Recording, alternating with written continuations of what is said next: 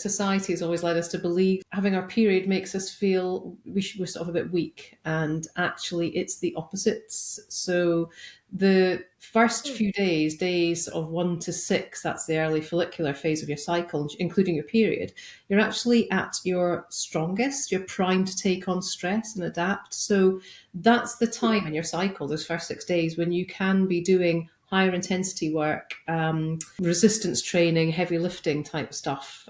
So I know that obviously that we have to caveat that with the fact that some women just feel like rubbish, and perhaps Yeah. there's things going on, but whatever types of symptoms they get with their period. But I think it's often, and I've tested this myself as well. You can actually you make yourself feel better by doing the exercise. And if you put these protocols in place, you can feel a lot better for it, rather than thinking this is going to, it's a mindset thing as well. This is going to be terrible. I'm going to feel terrible. Well, then you will.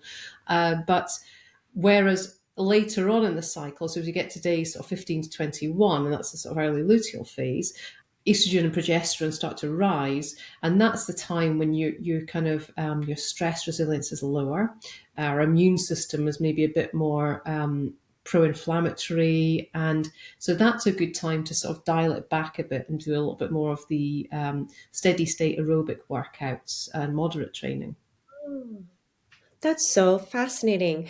Wait, so I didn't know any of this information. So why is our stress resilience higher in the first 6 days? Did I miss you Resilience explaining? is higher. Yeah, it's all to do with the sort of, without going too much into the science of it, but it is to do with our hormonal levels. So it's also like they're sort of a bit lower at that point, whereas later on, when the estrogen and progesterone rise, that's ready for your, uterus preparing for possible pregnancy. That's when you're more, inclined to sort of get inflammation and things like that. So it's the opposite basically at the other side of the cycle. So yeah, so that covers the that sort of phase of life, which is our quite a big part of our lives as women, the reproductive years, and also of course to a big thing which is spoken about thankfully a lot nowadays is that it's not healthy to not have unless there's some medical condition and a real reason why you're not having a period, it's not healthy to sort of a lot of people who train hard, and I think there's a lot of competitive athletes who are younger have found themselves into this system where they're basically stopping having periods, and it's energy Yeah. deficiency. So Yeah. that's, I think they think, well, this is great. So I don't have the inconvenience of my period. And actually, it's not, because having your Really. period is a healthy marker as to, how your body's Ex- functioning. Exactly, exactly. Let's touch a bit more on female hormonal stage. So, you touched earlier on, when you're menstruating and how we have higher resilience during the first 6 days, which means that during that time, we can actually do more high intensity workouts versus the later period. But in your earlier point of your personal story, you mentioned like when you were going through perimenopause and menopause. So for women in those earlier years, and I didn't even think that this would be, at least for me personally, like not something that I need to worry about. And until I also realized my mom went to menopause before the age of 50. So, it's never too early, I think, to self educate ourselves. What do we need to know now? Everything you've personally experienced, research, like even if we're not thinking about like menopause, but the perimenopause you mentioned as well is like the period before your final period, right? Is that what Yeah, that's it. perimenopause It is? can last with some women. It can last sort of 10 years. People can go into perimenopause. I mean, obviously there's sort of earlier stages, but I think the average age between 45 and 55, and then your menopause is actually just one day in time. It's when you haven't had a period for 12 months. So perimenopause can last a very long time, and then you're really menopausal for one day actually, and then it's postmenopause after that. So it's kind of the word menopause Oh, is used quite widely, but so from the time hadn't had a period for 12 full months, your menopause, your postmenopause, really. That's Yeah, but it's That's it's so a term, I interesting. guess. It's used like that, I guess, so that people kind of understand it and don't get too sort of bound up. But Yeah, most should yeah. know that. But I think one thing to be aware of that is one. We'll come on to the hormonal side of it. But from the age of 30, we are losing lean muscle mass between the rate of 3 and 8%. So the thing that women really need to equip themselves with is that strength training aspect. That's what we're going to start to lose. We're going to start to lose muscle mass, power. So Mhm. those are the things we really need to get on top of. So hormonal changes aside from on, and also I think from the age of 50, there's something like, well, it is 1 in 2 women over 50 in the UK, this is, will break a bone due to osteoporosis. So you have to think Mm, about our bone health and our muscle mass, our quality lean muscle mass from the age of 30, and really be thinking about factoring in strength and resistance training from the age, throughout our life, really. yeah. We don't want to, we don't all want to be a triathlete or a, whatever what the sports people identify with, but we want to be fit for our life, don't we? We want to be able to get out of a chair. We want to be able to carry shopping. We want to be able to, play with our grandchildren and so on. So I think it's, and not think about if, every time you fall over, you're potentially going to break a bone or end up in hospital. So females are more prone to osteoporosis than men. Lack of Yes. bone density. That is, yes, a well documented statistic. Got it. So, from a kind of a general kind of starting point, if you are recommending older women, taking into consideration as they age, what type of strength training? Is it body weight strength training? Because I do more body weight strength training versus actual like weights, even small weights, because I do more of my workouts at home now and then like yoga as opposed to at the gym. You have access to all these weights. So, do you have kind of like a starting point, what type and how often?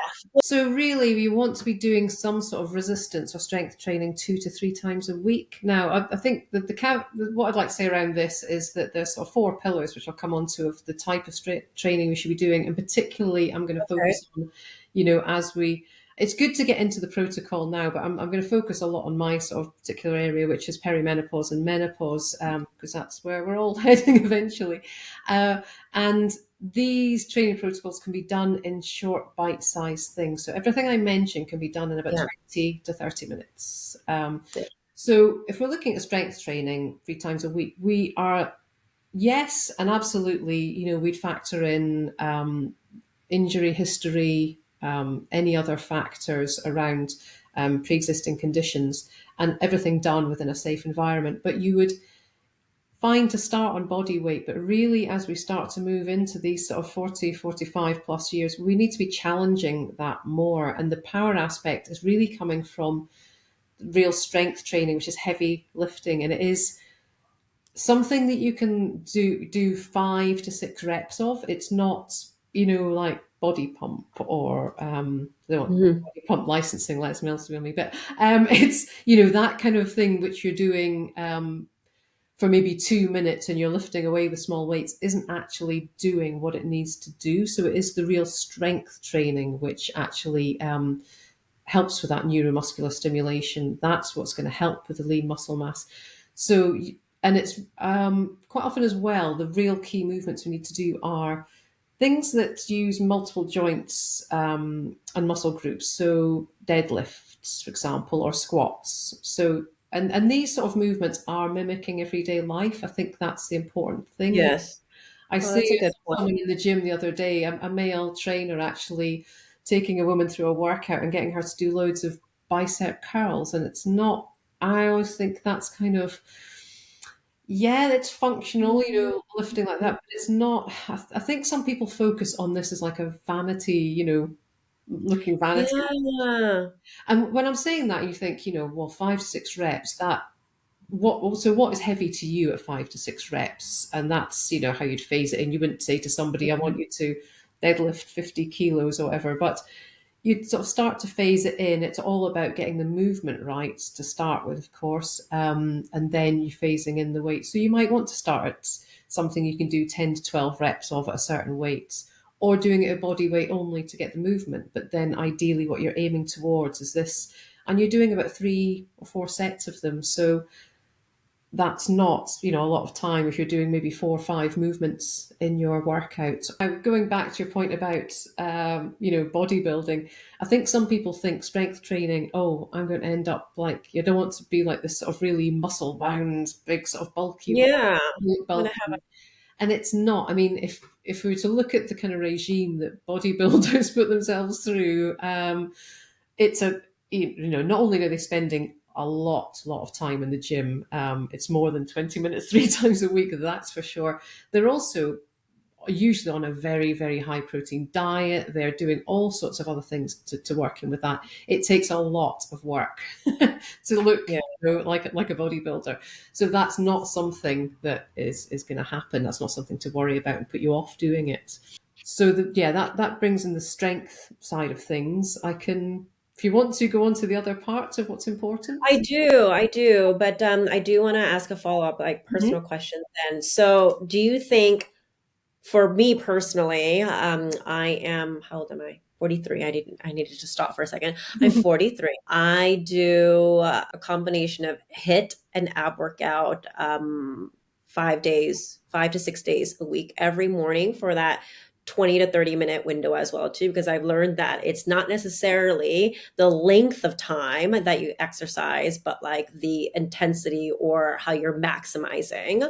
And then I do yoga once a week on the weekends, and I take like long walks every day. But when I'm doing HIIT at home, it's all like body weight, and I have these like bands. So do you think I'm lacking in, or I could really benefit from like actual weightlifting? Yes, I used to definitely. do it at the gym a little bit. Definitely. And I'd say, yeah, I mean, get ahead of the game, start doing that now. I mean, it's HIT is great, and it's one of the other protocols which is very important for women, because I think what a lot of women fall into is doing exercise which is neither hard nor easy. It's kind of in the middle, and if we were to start to Yeah. look at heart rate zones, it'd be heart rate zone 3, something like that.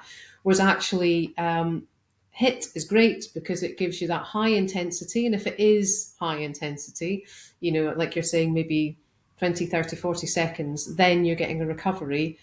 That is great because if we're doing those meh kind of workouts that are, say you're running at a pace that is, as I say, not easy and not hard, but you can't speak, whilst you're doing it, then that builds up cortisol, and actually Mhm. that has a detrimental effect. A lot of women, as they start to get through perimenopause, body composition changes. They start to gain belly fat, and that's all to do with like decreased insulin resistance. And so people doing those sort of gray zones of workouts are actually not doing themselves favors at all. So the HIIT is great, coming back to your Yeah. point. And you wouldn't do a workout like that with heavy weights because you want to be doing it hard. It's more aerobic. You're kind of keeping your body going. There's a bit of strength work in there, but the strength stuff needs to be the other side. As I say, it's 5 to 6 reps, and you're doing like a minute rest in between your Mhm. sets. Yeah. It really is. It's hard work, and then that minute recovery. So yes, that's two of the protocols. So good, you're ticking off definitely one of them. Wait, so what was the two protocol? You said the HIIT, and There's what was HIIT the other? and there's strength, and there's the heavy lifting, the strength training.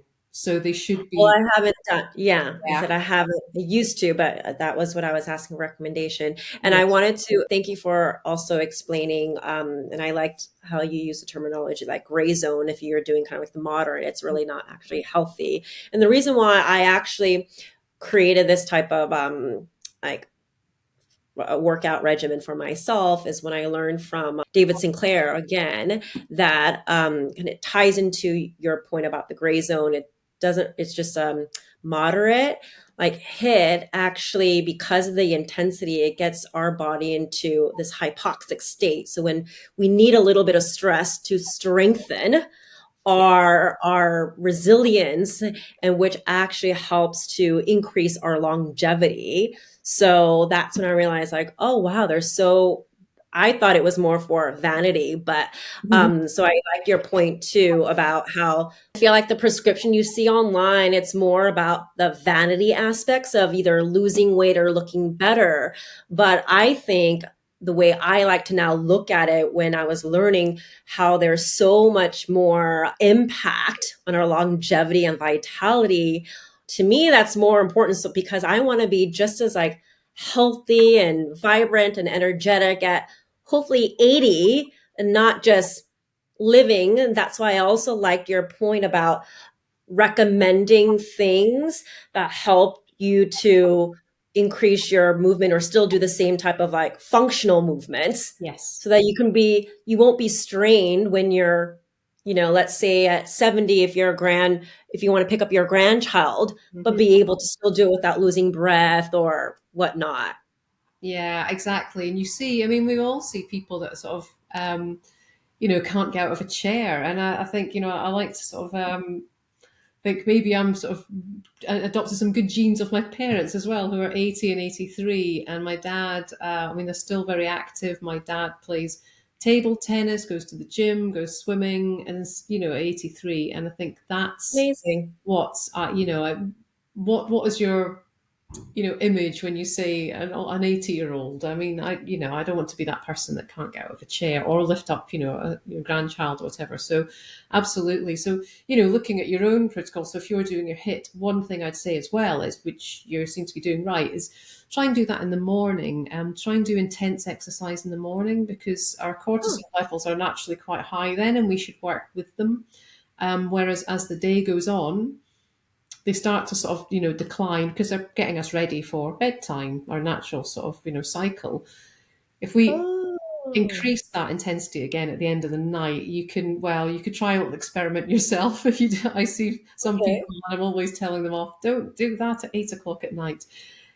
Sleep's Oh, disrupted, will inevitably. it disrupt your sleep? Yeah, yeah, definitely. Oh, I didn't know that. I was just doing it to maximize my day and check it off my list and feel better. But interesting. Good. So you're Okay. doing that right. You're doing the hip right. The other thing I was going to say is that you're ticking off. So there's four sort of areas. There's the hits, the strength, aerobic. So we're talking zone 1 to 2. It's really kind of easy, moderate, because women are actually quite inherently built for endurance. So, Oh, which is really good news.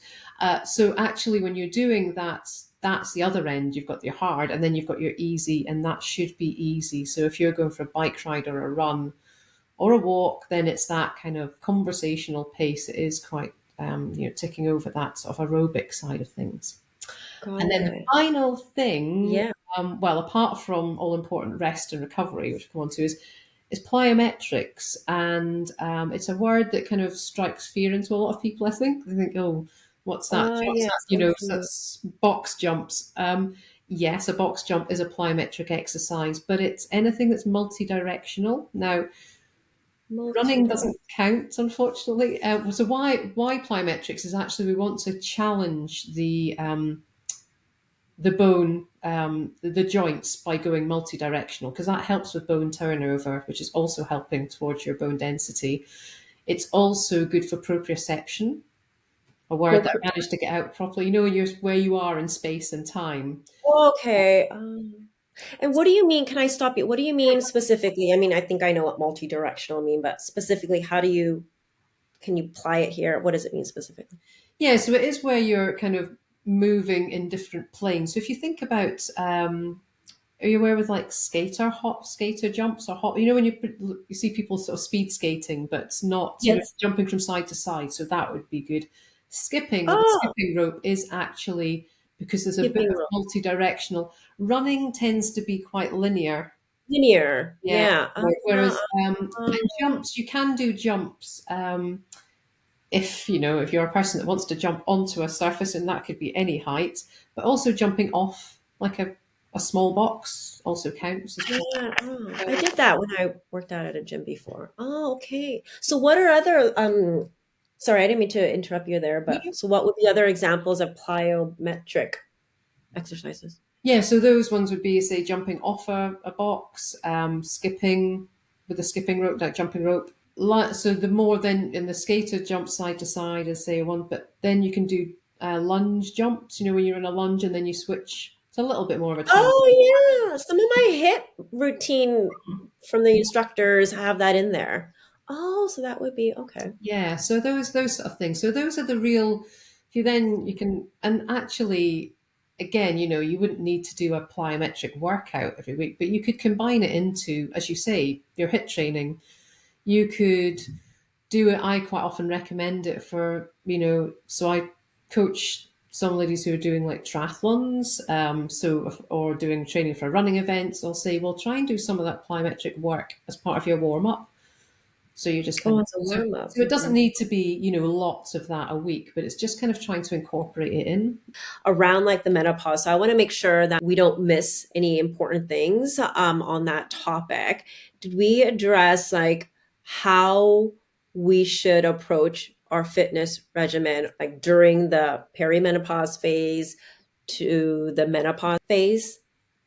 Yeah, I think to sort of expand a little bit on what we spoke about, if we're almost taking a bit of the what we've spoken about during, you know, our reproductive and years when we're having a normal cycle, Mhm. as much as we can, we start to implement that during perimenopause as well. So if you know there's certain times around your period where you'll feel a bit stronger, so you could start to try and tailor that in. Think, right, this is when I'm going to do my stronger HIIT workouts and higher Got intensity weightlifting.